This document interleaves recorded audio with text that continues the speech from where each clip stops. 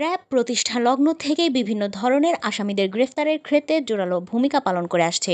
এরই ধারাবাহিকতায় মোহাম্মদ মারুফ Hossain BPM PPM অধিনায়ক র্যাব ১২ সিরাজগঞ্জ মহোদয়ের নির্দেশনায় র্যাব ১২ সিপিসি ২ পাবনা ভারপ্রাপ্ত company commander ASP Mohammad Monowar Hossain চৌধুরীর নেতৃত্বে র্যাবের আভিযানিক দল গোপন সংবাদের ভিত্তিতে বৃহস্পতিবার দুপুরে পাবনা জেলার সদর থানাধীন নূরপুর কমিউনিটি হাসপাতালের সামনে পাকা রাস্তার ওপর অভিযান পরিচালনা করে অস্ত্র ও চুরি মামলার ওয়ারেন্টভুক্ত পলাতক আসামি মোহাম্মদ আমিরুল ইসলামকে গ্রেফতার করে।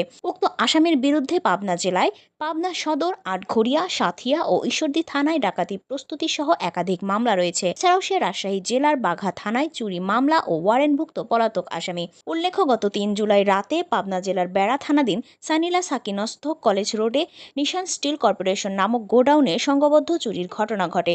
উক্ত ঘটনায় পাবনা বেড়া মডেল থানায় একটি চুরির মামলা দায়ের করা হলে গোডাউনের সিসি ক্যামেরার ফুটেজ দেখে আসামি মোহাম্মদ আমিরুল ইসলামকে শনাক্ত করে পাবনার র্যাব। র্যাবের প্রাথমিক জিজ্ঞাসাবাদে উক্ত আসামি আন্তজেলা ডাকাত চক্র এবং সংঘবদ্ধ চুরির সাথে তার সম্পৃক্ততার কথাও স্বীকার করে। গ্রেফতারকৃত আসামিকে পরবর্তী আইনগত ব্যবস্থা গ্রহণের জন্য পাবনা জেলার বেড়া মডেল থানায় হস্তান্তর করা হয়েছে।